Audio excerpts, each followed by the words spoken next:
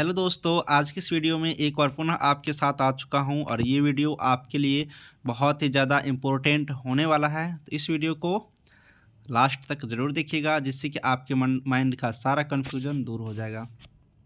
मैं ANM case का बात करूंगा। बीटीसी एएनएम केस की क्या स्थिति है, क्योंकि ये जो एएनएम का केस है बहुत ही जानदार केस है। इस केस में बहुत ही जान है। ये केस बहुत कुछ कर सकते हैं, है ना। तो इसीलिए पटना हाई कोर्ट का इंतज़ार है कि कब इसका फाइनल डिसीजन आते हैं, क्योंकि ये केस बहुत कुछ कर सकता है। इस केस में बहुत ही मजबूती हो चुका है। कहना मुश्किल है कि किसके पक्ष में जाएगा, है ना। अभी कहना मुश्किल है क्योंकि हाई कोर्ट की मामला है, तो हाई कोर्ट ही बता पाएंगे क्लियरिटी। लेकिन 15 को सुनवाई था, उसमें क्या हुआ उस बात को हम थोड़ा सा समझेंगे।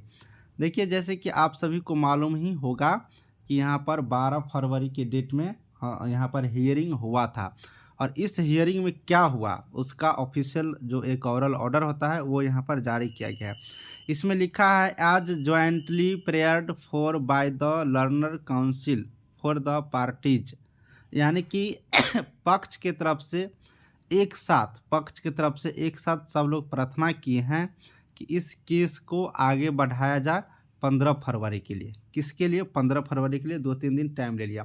तो पार्टीज के जो यहाँ पर वकील महोदय हैं, या मतलब जो भी यहाँ पर पक्ष की तरफ से केस को देख रहे हैं, वही लोग प्रार्थना कर लिए डेट एक्सटेंड करने के लिए। तो 15 फरवरी 2024 12:30 PM को ये केस को लिस्टेड करने के लिए यहाँ पर प्रेयर किया गया है। लेकिन आप लोग तो खुश होंगे कि 15 फरवरी को इस केस का हियरिंग होगा, लेकिन 15 फरवरी को भी ये केस हियरिंग नहीं होने जा रहा है। चूँकि मैं अभी चेक किया हूँ वेबसाइट पर, आप लोग भी चेक कर लीजिएगा।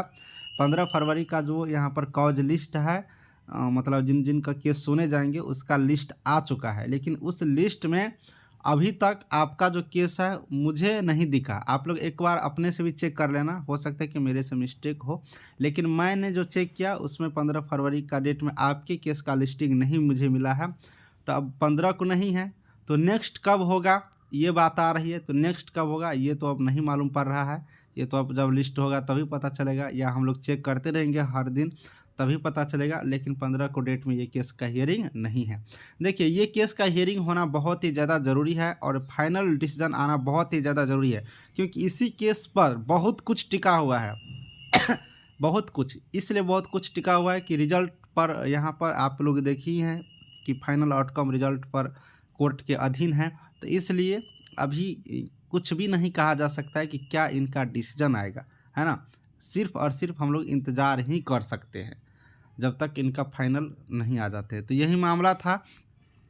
चलिए अब नेक्स्ट हियरिंग जब भी होगा, जैसे भी होगा, मैं आपको अवगत ज़रूर कराऊंगा।